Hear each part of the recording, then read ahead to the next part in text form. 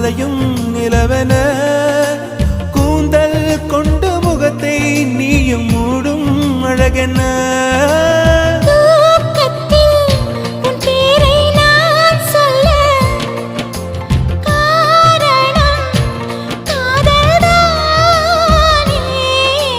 பிரம்மன் கூட ஒரு கண்ணதாசன் தான் உன்னை படைத்ததாலே